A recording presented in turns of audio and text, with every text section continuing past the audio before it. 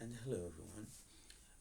It is I, Samuel Alexander, again, with another poem from my book, Raylan, third in the I See Things in Blue series. It is presently titled titled I Am Ready. Once I put that out there, it's a solid 10:30 right now, New Year's Eve, 2025. So totally dating this, even though no one is going to see it until 2026 anyway. But that's what it is. Decided I might as well be productive, and adult to the best of my abilities. So I'm gonna punch out as many of these as I can. I have four more books to go, so as many means as many. Um, Another busy day in retail. I took off 3 layers of shirts because it's so cold here. Yeah, I know. I'm on an island complaining that it's cold, but it's cold, y'all. Um, and damp and windy, and all of that creates cold. Um, oh yeah. This one is again sticking with the artist theme. It's. I think it makes sense as an artist poem and as a poem. It's obviously more relatable to Dario because I definitely couldn't really find any that landed in the Raylan realm when I did this. Um, but A for effort, I guess. So it's definitely giving more how the characters may view Dario's situation, or it could just simply be here because I needed to fill the space with poetry, and this was one of the poems that I filled the space with. That's what I have. Maybe the answers will come when I read it, um, but who knows? Who knows? Who knows? Um, but I'm not about to stress over that this fine day. I'm just gonna dig into this poem, and yeah, here we are. So this one is titled "I Am Ready." Sometimes I wonder, is it me? Is there something that I've done in my past life, in this one, or some evil future that will soon come to pass? What did I do to deserve what I have or what I don't have? I'm ready to give my all, desperate to hand over my will, at the point where nothing and anything could stop me from taking my own life if it would give me the chance to be the one in someone else's hands. An object of obsession and devotion and all the good and bad emotional avenues of expression that creates the sensation of love.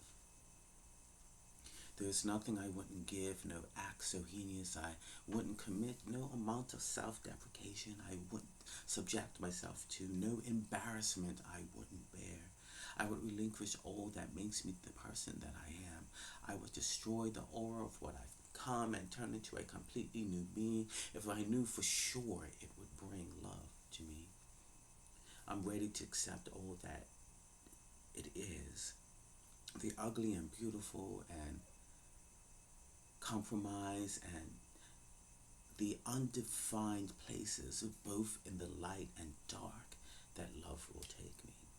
All I ask is that they are willing to do the same for me. I guess it's asking for too much to be loved. Maybe I should just stick with someone to love. Someone for me to throw my all into even if I don't get it back. But even that is denied to me. Love actively hides and runs when I come in its direction. Though I prevailed myself through the lonely nights and all the pain I felt inside to be open for it to come in. In any form love should choose. In any place it should choose to appear. Whether through storm or light of day, I'm standing armed to receive love right here now, today. But alas, Preparation clearly doesn't matter, and I feel I'll be alone here and the hereafter. But I know I'd win it over if it slowed down only just enough to look at me, 'cause then it would surely see that I am ready for love. Um, Completely abandoning that this is in Braylon's book, um, I think it's very Daria, because again, his entire existence revolves around creating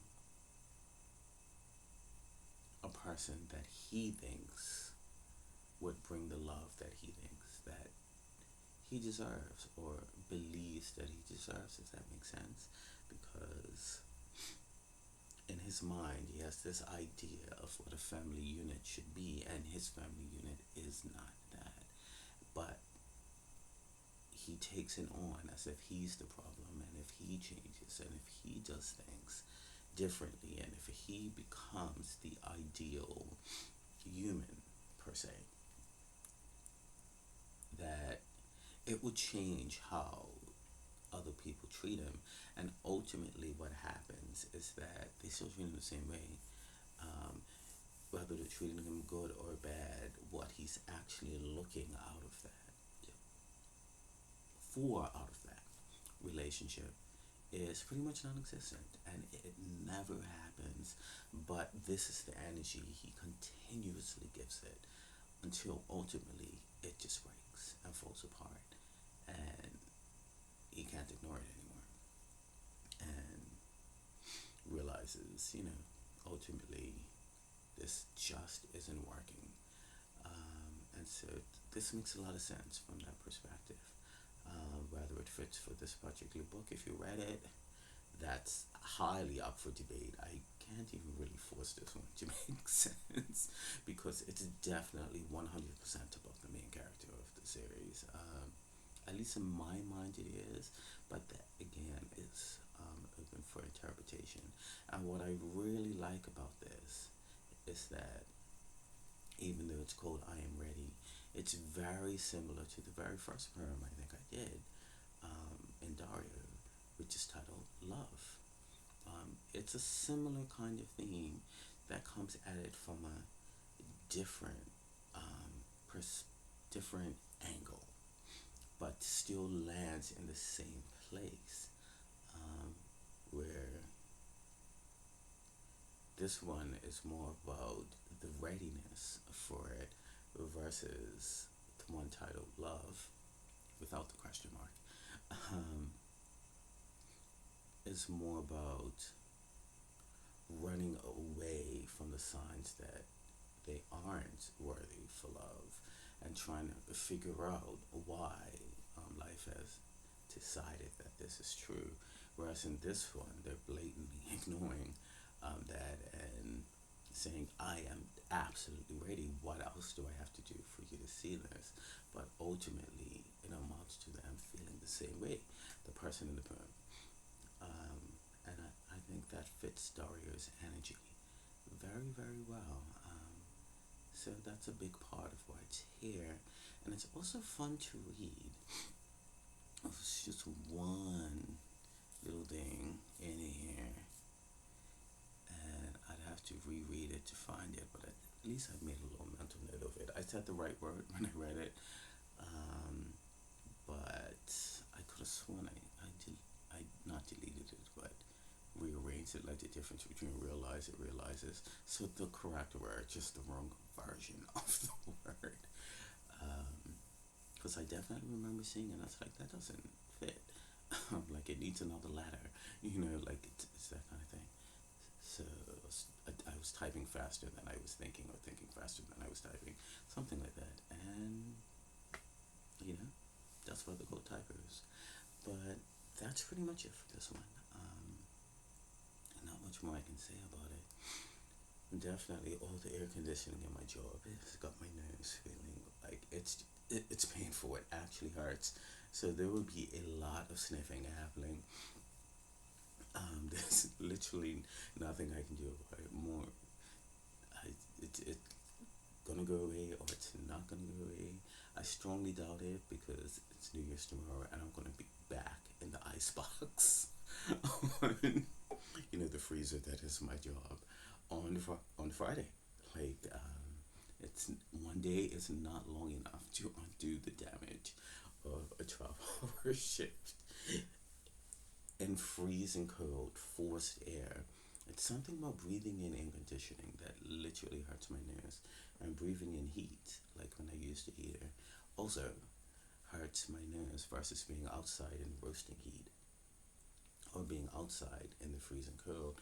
And I breathe in, it doesn't necessarily, it just doesn't feel the same. You know, it makes still have the same results, but the sensation is definitely different. But that's just me rambling again. You know, if you've made it this far, you should be used to this.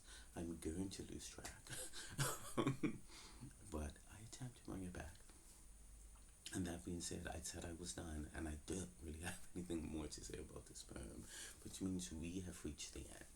So that was I Am Ready from my book, Raylan, the third in the series, I See Things in Blue. And also, I will not always remember to do this at the end because as long as I do it at the beginning, this is basically just a tie up. So I know I've forgotten to do it in a few, and I just, the correct word is unconcerned. I am unconcerned and unbothered by it. But if you made it this far, as per usual, thanks for stopping by.